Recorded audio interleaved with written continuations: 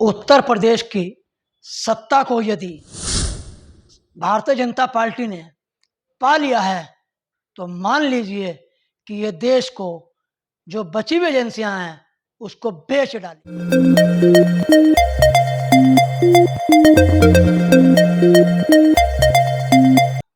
नमस्कार दोस्तों, बात होगी आज देश की, और उसमें भी देश कैसे बिकेगा और कैसे बचेगा उसकी। उत्तर प्रदेश का चुनाव भारतीय जनता पार्टी के लिए महत्वपूर्ण बन गया है। प्रत्येक सीट पर वो एक एक कर पाना चाहती है और उसके लिए लड़ रही है और उसकी रणनीति बना रही है। इसी रणनीति का परिणाम है कि आरपीएन सिंह जैसे कांग्रेस के पुराने नेता को अपने यहाँ शामिल किया गया, ढोल नगाड़ों के साथ शामिल किया गया। उससे पहले जतिन प्रसाद को शामिल किया गया। तो ये सब राजा और महाराजाओं को लाया जा रहा है। इसके पीछे का एक खेल है। वो खेल क्या है कि ये आज जो है, ये सत्ता जो है विचारों को मानने की है। ऐसे विचार जो चुनावी विचार हों और विचारधारा से जुड़े हों। ये दौर काल जो चल रहा है, अद्भुत काल है। इस दौर में सामाजिक राजनीतिक परिस्थितियों को बदलने की प्रक्रिया को चल रहा है। तैयारी यूपी को बीजेपी ने जो की है वो उत्तर प्रदेश को बचाने की है।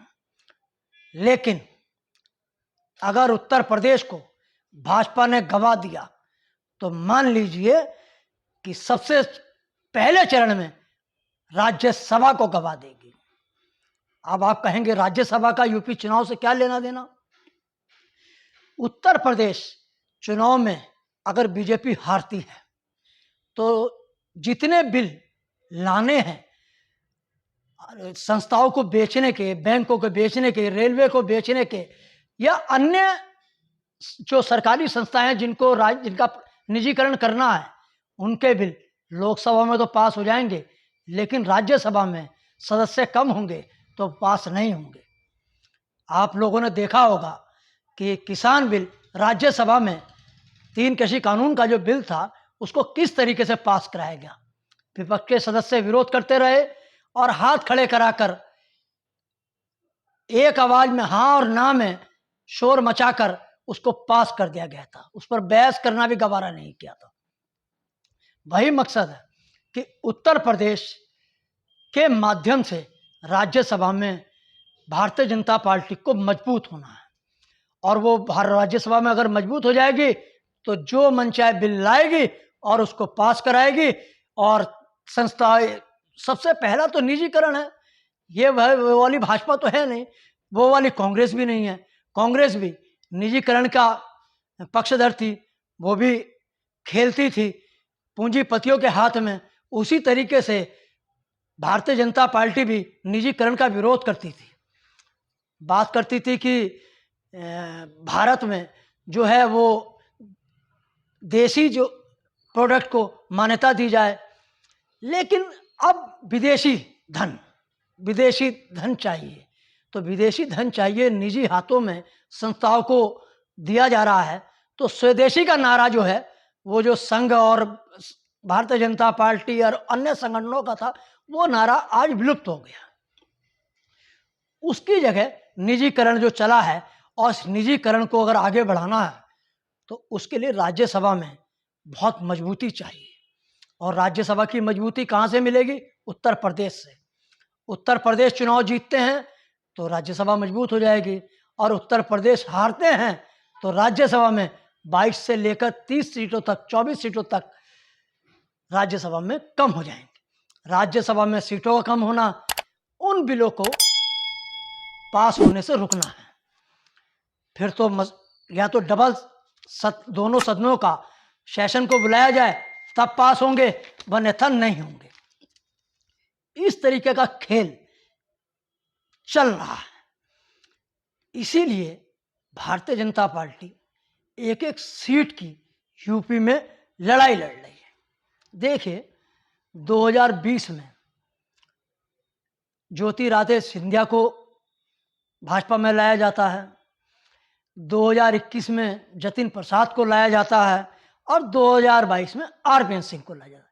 ये तीनों दून से हैं, दून की तिकड़ी। और सबसे बड़ी बात है कि इनके पूर्वज, इनके पिता सब कांग्रेसी थे और ये भी कांग्रेसी थे। कांग्रेस से ये मंत्री, इनके पिताजी भी रहे, ये भी रहे कांग्रेस में। तो ऐसा कुछ नहीं, लेकिन अब भारतीय जनता पार्टी को तो सत्ता चाहिए। सत्ता में भी राज्यसभा महत्वपूर्ण है। तो कोई राजा, कोई महाराजा, कोई कुंवर, सबका समायोजन भाजपा में। वरना प्रधानमंत्री मोदी जी हमारे कहते थे कि भारतीय जनता पार्टी में राजा महाराजाओं की नहीं है, ये केवल कार्यकर्ताओं की है, आम कार्यकर्ता की है। लेकिन यहाँ भी राजा महाराजा हैं। और ऐसा नहीं है कि तीन ही हैं, इसके अलावा और भी राजा महाराजा हैं। ये वो राजा महाराजा हैं चांदी की चम्मच से इनका बचपन गुजरा है, और लाइफ कैसी है वो आपको सबको मालूम है। तो एक एक सीट को लेकर कशमकश जारी है। यूपी में जीतना मोदी सत्ता के लिए उतना ही जरूरी है जितना आप ये समझिए कि उनको अपने अंदर से चाहिए कि हमको सत्ता पर काबिज रहना है, अपने दोस्तों को माल देना है। और जब माल देना है तो फिर जीतना भी जरूरी है। उसके लिए चाहे कोई भी हथकंडा अपनाना पड़े, वो सब अपनाया जा रहा है। विपक्ष अगर देखा जाए तो अपनी जगह लड़ाई लड़ रहा है, लेकिन सत्ता जो है वो केवल निजीकरण की तरफ कदम बढ़ाने के लिए लड़ रही है। और कदम भी ऐसे कि इसको तो यूपी ही रोक सकता है, निजीकरण को। निजीकरण की तरफ जाएंगे तभी आरक्षण समाप्त होगा, और आरक्षण समाप्त होगा तो वही संघ की विचारधारा है कि आरक्षण को हमें खत्म करना है। तो आरक्षण कमंडल पर, मंडल पर कमंडल को भारी करना है। उसी जगह सब गणित को घुमाया जा रहा है। आरपीएन सिंह कांग्रेस से बीजेपी में आते हैं, उनको बहुत बड़ा चेहरा दिखाया बताया गया, बहुत बड़ा चेहरा। जबकि सच्चाई ये है कि कुशीनगर की 3 विधानसभा तक सीमित है वो, इससे इनकार नहीं किया जा सकता। उसी जिले से कांग्रेस के अध्यक्ष हैं लल्लू जी, जो एक भड़बूजा परिवार से आते हैं। जब वो प्रदेश अध्यक्ष बने तो आरपीएन सिंह को गवारा नहीं हुआ, हजम नहीं कर पाए, क्योंकि वो राजा हैं। तो उस परिस्थिति में वो लगातार कांग्रेस में बने रहे और बीजेपी के संपर्क में रहे। कांग्रेस ने उन्हें गृह राज्य मंत्री बनाया, झारखंड का प्रभारी बनाया, लेकिन वो एक कशिश बर्दाश्त नहीं हुई और मौका देखकर अब जो है भारतीय जनता पार्टी के जहाज पर सवार हो गए।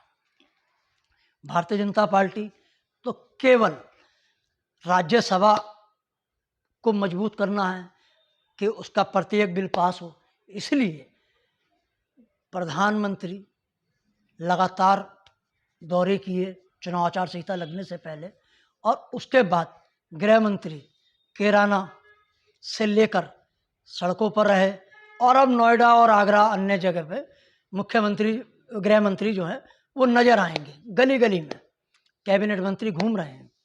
इसमें आप एक चीज देखिए, आप भारत के मीडिया में हाल देखिए कि भारत का मीडिया सबके जनसंपर्क तो दिखा रहा है, लेकिन जहां 2 दर्जन से ज्यादा विधायकों को भाजपा के उत्तर प्रदेश में दौड़ा दिया गया है, उनके साथ भगा दिया गया है, ग्रामीण मतदाताओं ने भगा दिया, ये पहली बार देखने में आ रहा है, इससे पहले कभी नहीं हुआ। उसको छुपाया जा रहा है, एक हवा बनाई जा रही है सर्वे के माध्यम से, टीवी चैनलों के माध्यम से, अखबारों के माध्यम से कि उत्तर प्रदेश में भाजपा आ रही है। भाजपा आ रही है या जा रही है, ये तो उत्तर प्रदेश की जनता चुनाव में के परिणाम में बताएगी। लेकिन इतना जरूर है कि भारतीय जनता पार्टी का राष्ट्रीय नेतृत्व उत्तर प्रदेश केवल इसलिए जीतना चाहता है कि वह अपने निजीकरण का जो उसने लाइन खींची है उस लाइन को आगे बढ़ाना चाहता है।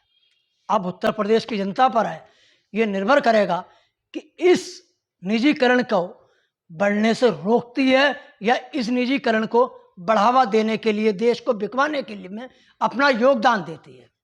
आपको वीडियो कैसा लगा कमेंट सेक्शन में जाकर अपने विचार व्यक्त कर सकते हैं और इस चैनल को सब्सक्राइब करते हुए बेल आइकन का बटन दबाकर आज़ाद पत्रकारिता को सहयोग दे सकते हैं। बहुत बहुत धन्यवाद।